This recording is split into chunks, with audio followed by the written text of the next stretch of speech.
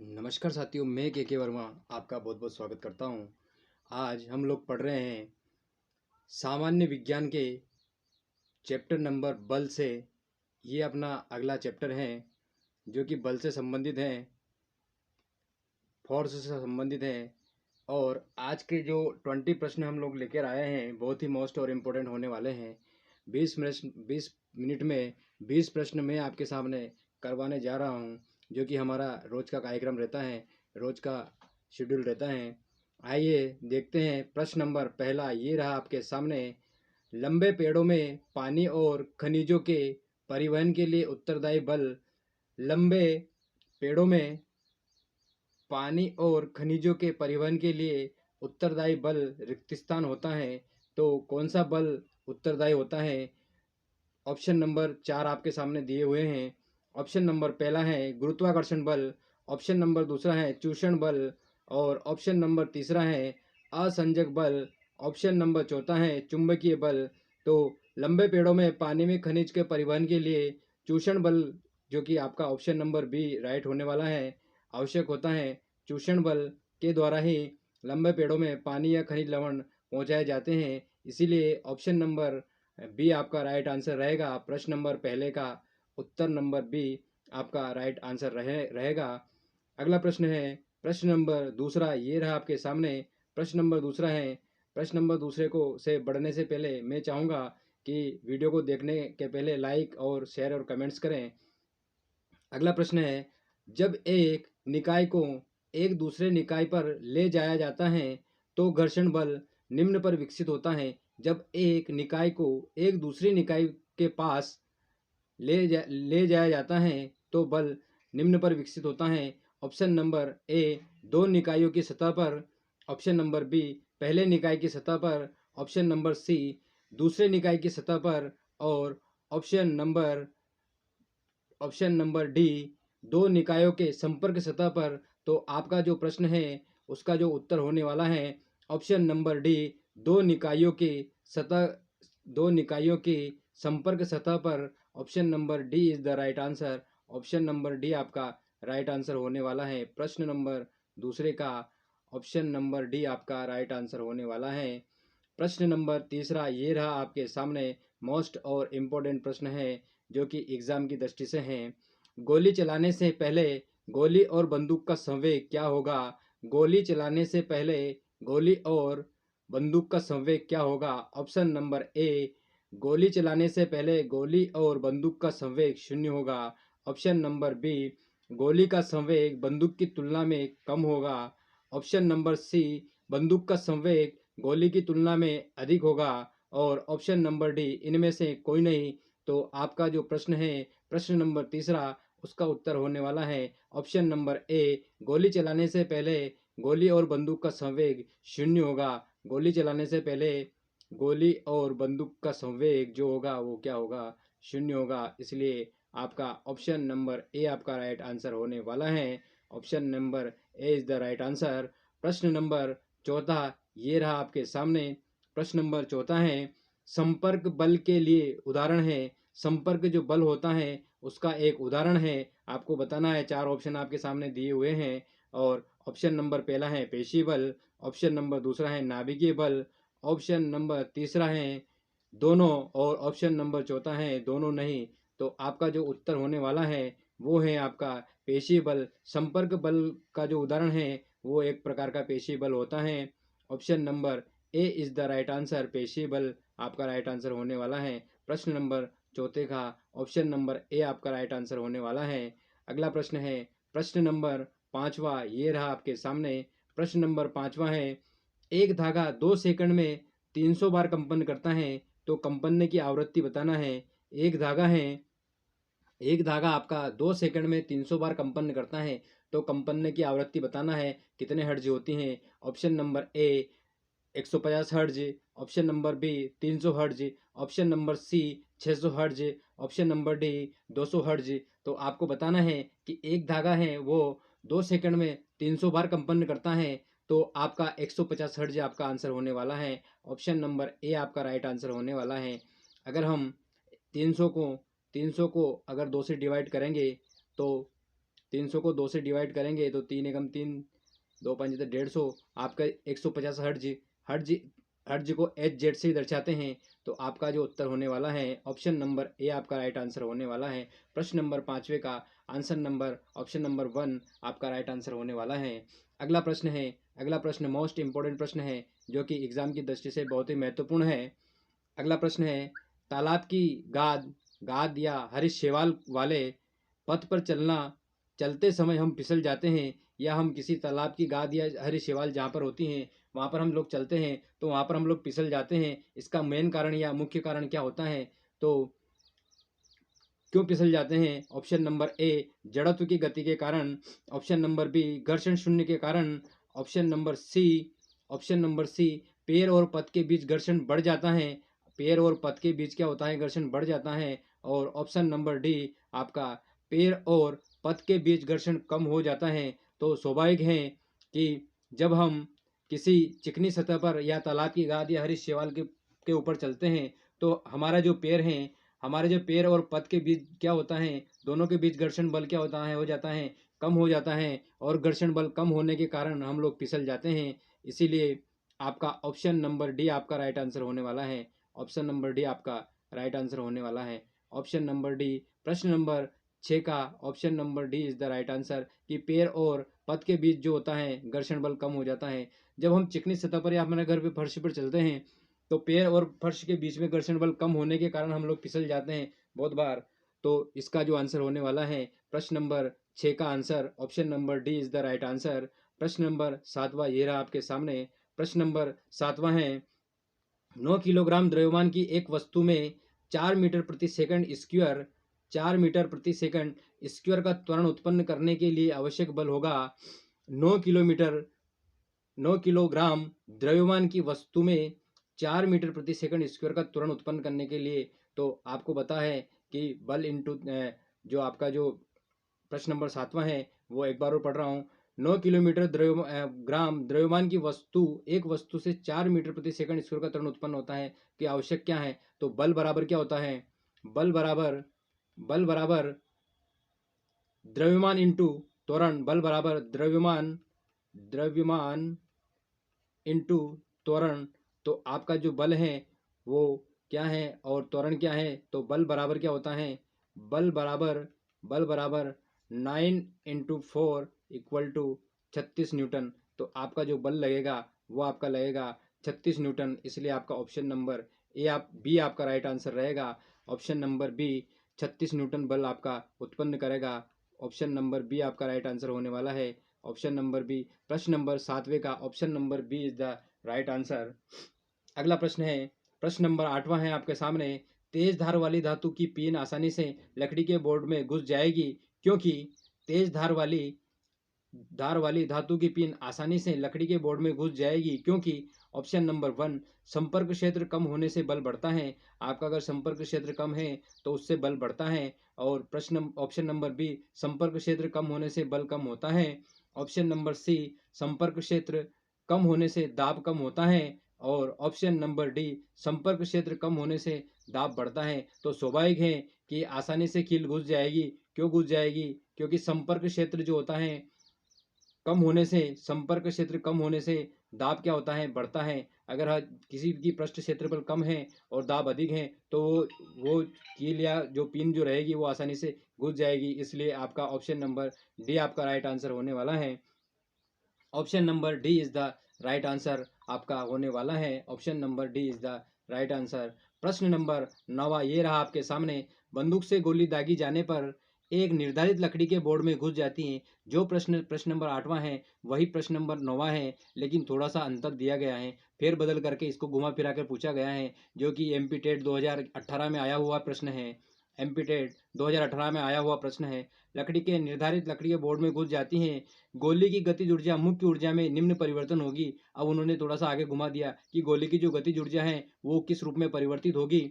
Option number ए केवल ऊष्मा के रूप में परिवर्तित होगी। ऑप्शन नंबर बी गतिज ऊर्जा के रूप में परिवर्तित होगी। ऑप्शन नंबर सी ध्वनि और ऊष्मा दोनों के रूप में परिवर्तित होगी। और ऑप्शन नंबर डी इनमें से कोई नहीं। तो स्वाभाविक है कि ध्वनि और ऊष्मा दोनों के रूप में परिवर्तित होगी।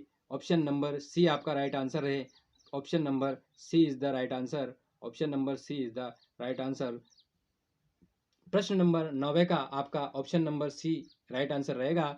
प्रश्न नंबर अगला देखिए। प्रश्न नंबर अगला प्रश्न ये रहा आपके सामने। प्रश्न नंबर अगला 10वां प्रश्न ये रहा आपके सामने। जो 10वां प्रश्न है, जब बल 2 गुना कर दिया जाए, यदि किसी बल को 2 गुना कर दिया जाए और क्षेत्रफल आधा कर दिया जाए तो दाब क्या होगा।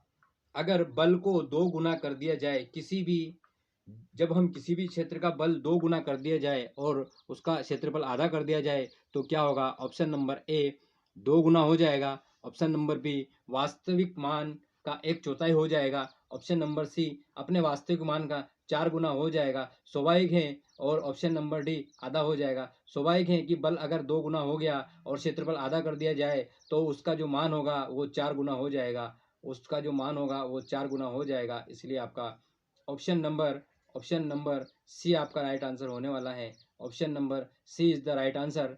Option number C is the right answer. प्रश्न नंबर 11वां ये रहा आपके सामने। एक तरल पदार्थ में तैरने वाली वस्तु पर काम करने वाले 2 बल हैं। एक तरल पदार्थ में तैरने वाली वस्तु पर काम करने वाले 2 बल हैं।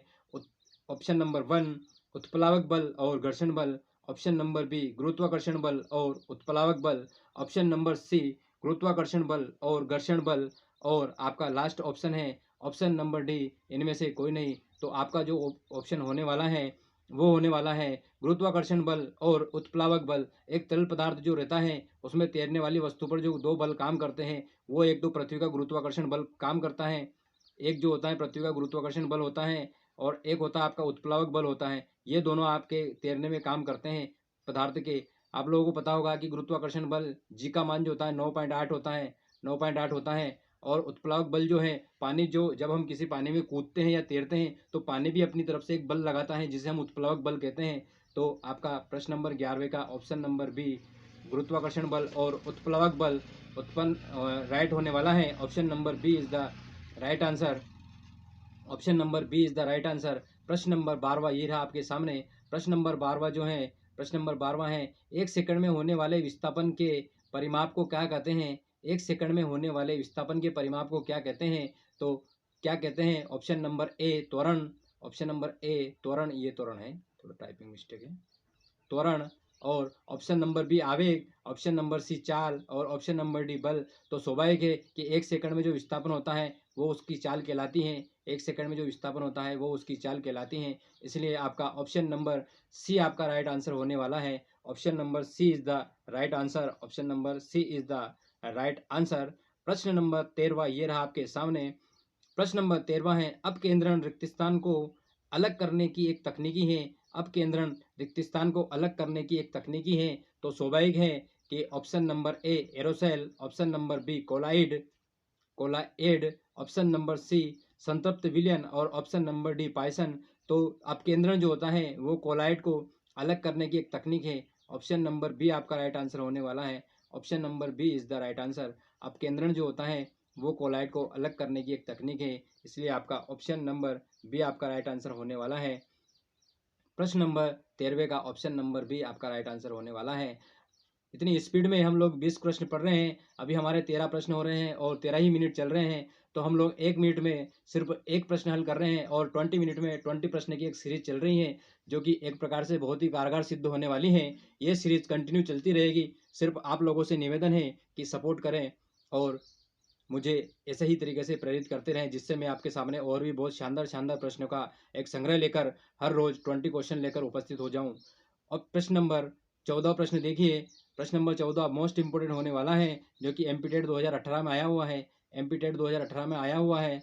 अगला प्रश्न है प्रश्न नंबर 14, 1000 न्यूटन डायन में परिवर्तित कीजिए। 1000 न्यूटन को आपको परिवर्तन करना है, डायन में परिवर्तन करना है। ऑप्शन नंबर ए है 10 की घात 5 10 की घात 5 और ऑप्शन नंबर बी है 10 की घात 8 और ऑप्शन नंबर सी है दोनों और ऑप्शन नंबर डी है दोनों नहीं। तो आपको पता होगा कि 1 न्यूटन बराबर होता है 10 की घात 5 डायन होता है। 1 न्यूटन बराबर होता है 10 की घात 5 डायन होता है। तो 1 न्यूटन और आपको दे रखा है 1000 न्यूटन। तो 1000 न्यूटन मतलब 10 की घात 8 डायन होगा। 10 की घात 8 डायन आपका राइट आंसर होगा क्योंकि 5 और 3 8, 3 जीरो और मिला दिया जाए तो 5 और 3 8, इसलिए आपका ऑप्शन नंबर बी आपका राइट आंसर होगा। 10 की घात 8 डाइन, इसलिए आपका option number B is the right answer. अगला प्रश्न है प्रश्न नंबर 15वां, ये रहा आपके सामने।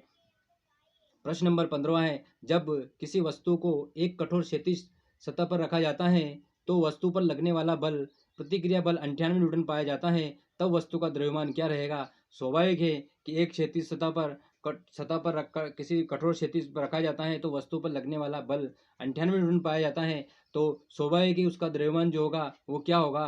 Option number A 98 kg, option number B 9.8 kg, option number C 100 kg और ऑप्शन नंबर डी 10 kg। तो आपका स्वाभाविक है कि 98 न्यूटन का बल पाया जाएगा तो उसका भार भी 98 kg होगा, इसलिए आपका ऑप्शन नंबर ये आपका राइट आंसर होने वाला है। Option number A is the right answer. प्रश्न नंबर 15 का option number A is the right answer.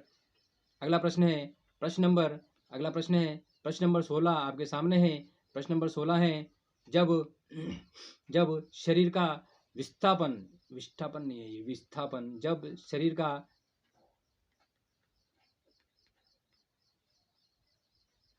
शरीर का विस्थापन बल की दिशा के लंबवत होता है तो किया जाने वाला कार्य जब शरीर का विस्थापन बल की दिशा के लंबवत होता है तब किया जाने वाला कार्य ऑप्शन नंबर ए बल के बराबर होता है, ऑप्शन नंबर बी अनंत होता है, ऑप्शन नंबर सी शून्य होता है, ऑप्शन नंबर डी इनमें से कोई नहीं। तो आपको पता होगा कि शरीर के विस्थापन बल की दिशा के लंबवत अगर हो रहा है तो आप उसका जो कार्य होगा वो होगा शून्य होगा, उसका जो कार्य होगा वो क्या होगा, वो होगा शून्य होगा। Option number C is the right answer. Option number सी।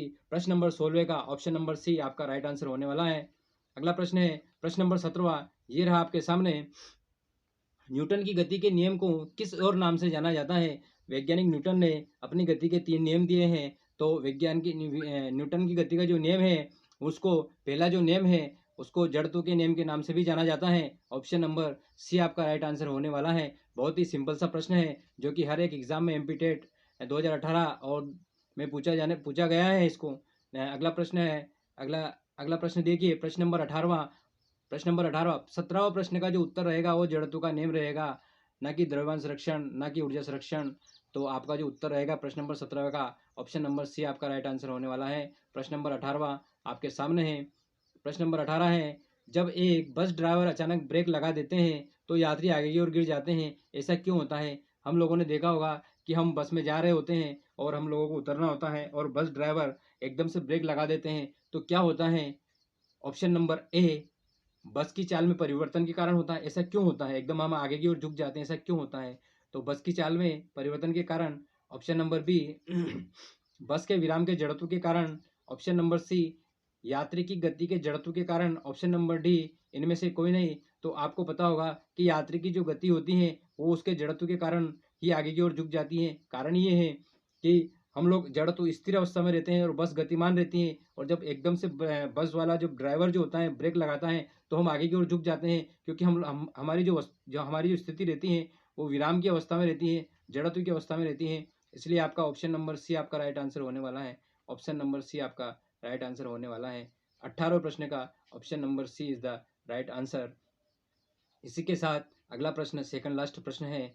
हम लोगों का 20 प्रश्न 20 मिनट में हम लोग करने का निर्णय लिया है हम लोगों ने, और हम लोग रोज करवा रहे हैं। तो देखिए जरा बल। अगला प्रश्न है प्रश्न नंबर 19 है, बल क्यों सदिश राशि है। बल जो है वो सदिश राशि क्यों है। हम लोगों ने इससे पहले कुछ एक एमसीक्यूज लगाए थे, उस एमसीक्यूज में हम लोगों ने बताया थे कि सदिश और अदिश क्या होता है।